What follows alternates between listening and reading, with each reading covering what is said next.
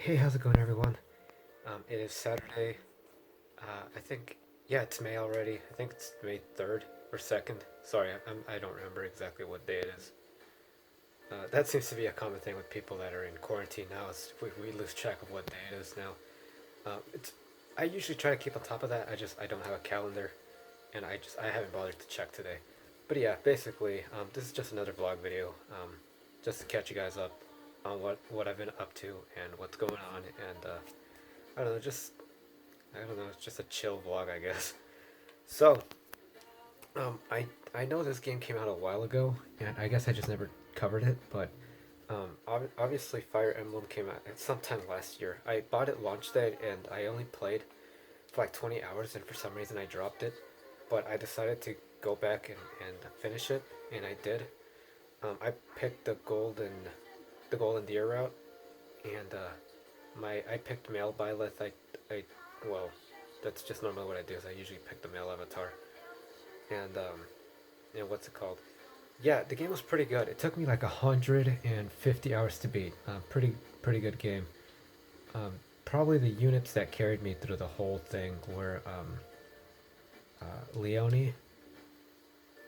She can crit like no one's business. It's incredible. She's like a one-man army, and the little mage girl. Um, Forgot what her name was. Lysithea. Lysithea is also, um, yeah, she can crit like no one's business. It's insane, really. Those two carried my team the whole way. Um, what's her name? Leone. She's kind of a tank. I didn't have to worry about losing her.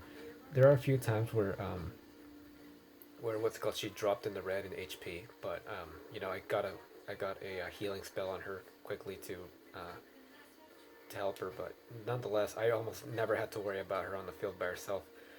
Now, Lysithea, on the other hand, was a glass cannon.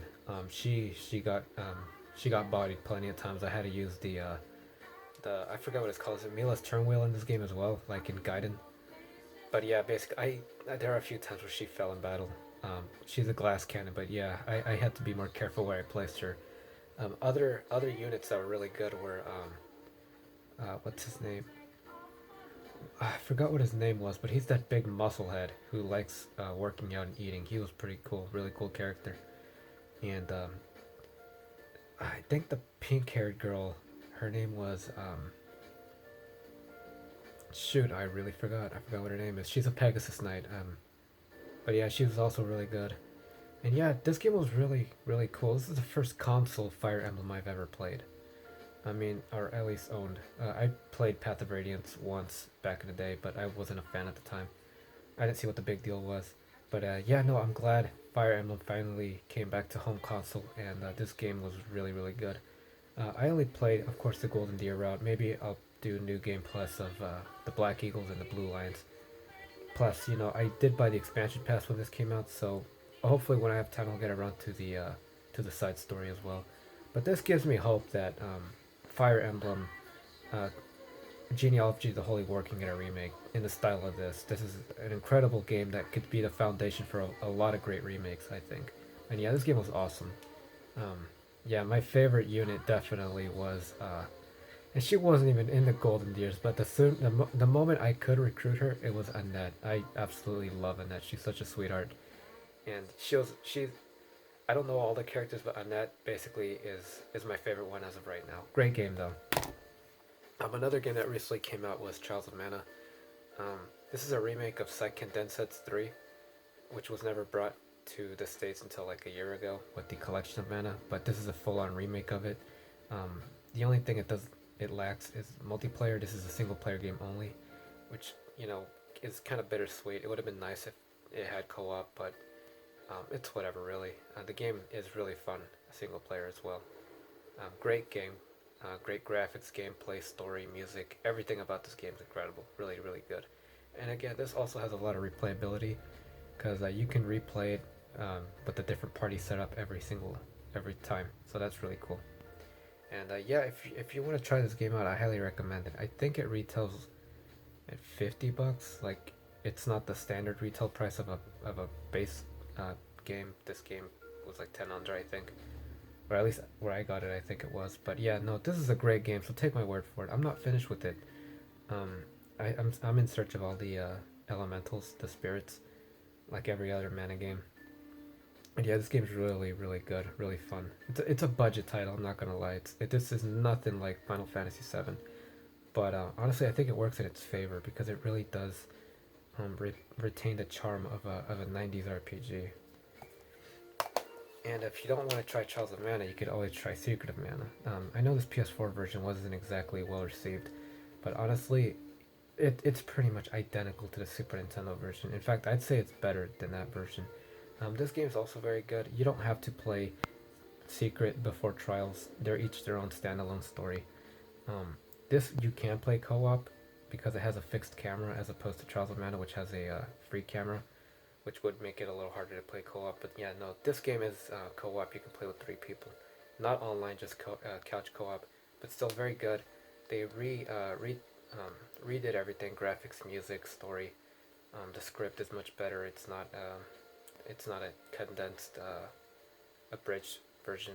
This is a full-on remake. And well, I wouldn't say remake. It's more of a what's the word? Remaster. Basically, you got the old one and kind of touched it up. A remake is what Trials of Mana is. This is more of a what the hell did I just call it? A remaster. Though people, and sometimes I can't agree, the sprite art from the Super Nintendo version looked a little better. This one works fine. Enough with games. Oh, actually no. I guess I forgot to mention this. I also got one of these 8-bit those Super Nintendo controllers that have the analog sticks. What's cool is that this one actually has four shoulder buttons. That's the sync button. That's the Type C charge. This is mainly this was basically built in mind with the Nintendo Switch.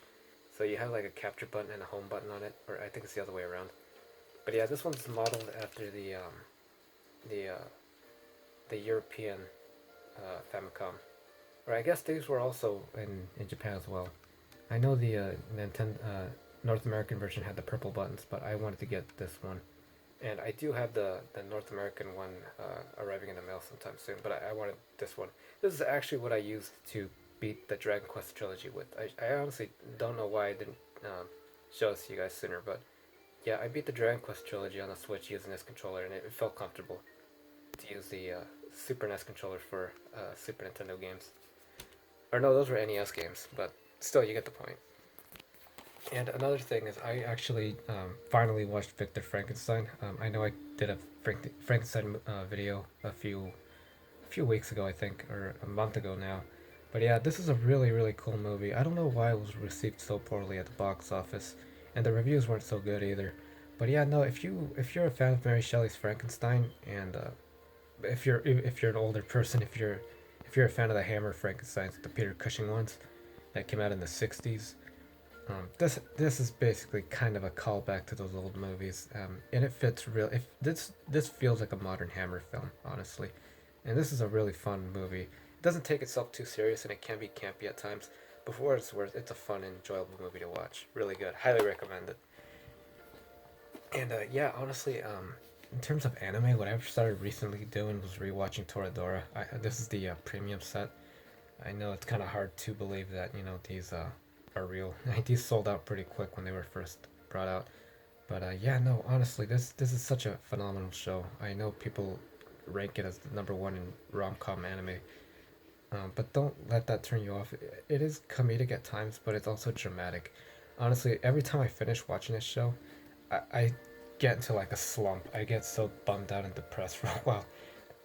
It's such a beautiful anime. Truly, it is. It's one of my favorites. It's such a great English dub.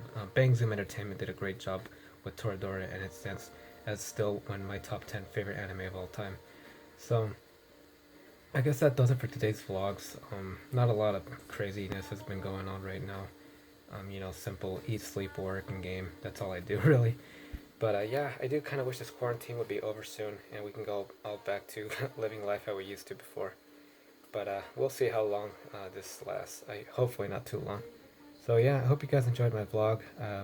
And thanks for sticking around if you made it to the end. And stay tuned for next time's vlog. Catch you guys later.